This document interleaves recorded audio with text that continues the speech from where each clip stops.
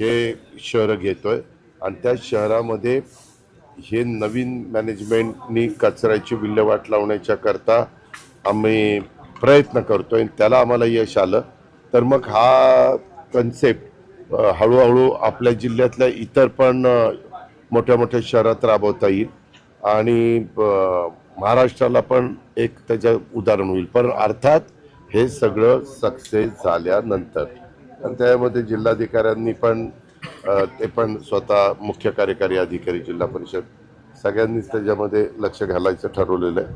म्हणून आजची ती त्याबद्दलची महत्त्वाची मीटिंग आज मी लावलेली होती आणि त्याला जोडून शहरामध्ये काही माडाच्या सोसायटी आहेत त्याच्यामध्ये रिडेव्हलपमेंटच्या करता काही प्रपोजल आलेली आहेत. पण त्याच्यात कॉर्पोरेशन माडा म्हणजे PMC माडा आणि तिथले स्थानिक लोकप्रतिनिधी ह्या सगळ्यांनाच इन्व्हॉल्व केल्याशिवाय ते प्रोजेक्ट पुढे जात नाही. काही काही ठिकाणी भाडाच्या सोसायट्यामधली घरं इतकी दयनीय झालेली आहेत की कधी काही तिथं घडेल सांगता येत नाही. त्याच्याही बद्दल त्याच्यात आम्हाला म्हाडाची मदत लागणार आहे, त्याच्यात आम्हाला PMCची मदत लागणार आहे, तिथल्या लोकप्रतिनिधींची मदत लागणार आहे.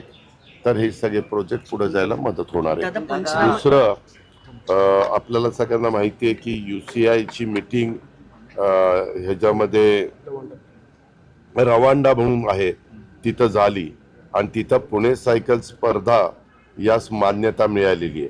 त्या UCIच्या मीटिंगमध्ये ह्या स्पर्धेला मान्यता मिळणं गरजेचं होतं. आता आंतरराष्ट्रीय सायकल स्पर्धा असेल म्हणजे पुण्याची आणि सोबत ऑलिम्पिक क्वालिफायर स्पर्धा देखील त्याच्यामध्ये असेल. स्टेज 2 अशी देशाची प्रथम स्पर्धा ही असणार आहे आणि त्यामुळं निश्चितपणे पुण्याचा लौकिक हा जगभरामध्ये पोचणार आहे आणि त्याच्यातनं पुण्याच्या परिसरामध्ये पर्यटन वाढायला पण मदत होईल. पुण्याचा ग्रामीण भाग पण ह्या निमित्तानं सगळ्यांना पाहता येईल. तो रूट पण आपण फायनल केलेला आहे. मागं तुम्हाला त्याबद्दलचं सांगितलेलं होतं.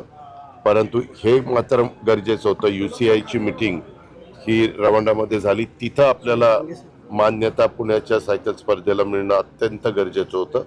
ती आता मिळालेली असल्यामुळं आपल्याला जे साध्य करायचं होतं ते साध्य व्हायला मदत झाली. पंचनामे कधीपर्यंत होतील? पंचनामे मी काल रात्रीपर्यंत तिकडं फिरत होतो. काल पण पाऊस पडत होता.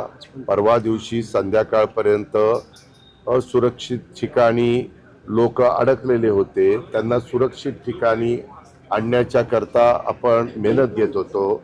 त्याला आम्हाला मिलिटरी मदत करत होती, एअरलिफ्टिंगच्या करता हेलिकॉप्टर मदत करत होत्या, NDRFची टीम आपल्याला मदत करत होती.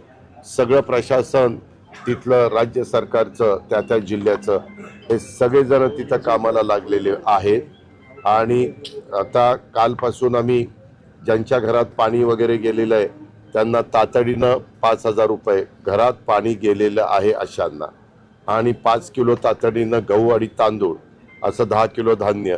परंतु काल माझ्या लक्षात आलं की तिथं त्यांची घरच्या घरं पाण्यामध्ये गेलेले असल्यावर सगळं त्यांचं धान्य बिन्न भिजलेलं आहे. धान्य खराब पण झालेलं आहे आणि त्याच्यामुळं त्यांना लगेचच कुठं चांगला निवारा मिळत नाही. काही बाबतीमध्ये आपण शाळामध्ये किंवा तिथं कार्यालय वगैरे असेल तिथं शिफ्ट केलेलं आहे, पण त्यांना हे 10 किलो पुरणार नाही. आम्ही त्याच्याबद्दल ते वाढवण्याच्या करता मुख्यमंत्र्यांच्या बरोबर चर्चा करून त्याच्यात अधिक कशी मदत करता येईल धान्याच्या बाबतीत ती आम्ही करतोय. काल देशाचे गृहमंत्री अमित शाह साहेब आपल्या राज्यामध्ये आलेले होते. आपण हे जे काही घटना घडली त्याच्याबद्दल पंतप्रधानांनाही पत्र दिलेलं आहे की आम्हाला ह्याच्यामध्ये मदत करा. डिझास्टरच्या संदर्भात अशा प्रकारची नैसर्गिक संकट आल्यानंतर एक कमिटी केंद्र सरकार नेहमीच नेमतं. यावेळेस त्या कमिटीचे प्रमुख हे अमित शाह साहेब आहेत आणि त्यांना पण काल आमच्या तिघांच्या सहीचं पत्र मुख्यमंत्र्यांनी दिलेलं आहे की हे जे काही संकट आलेलं आहे ते संकटावर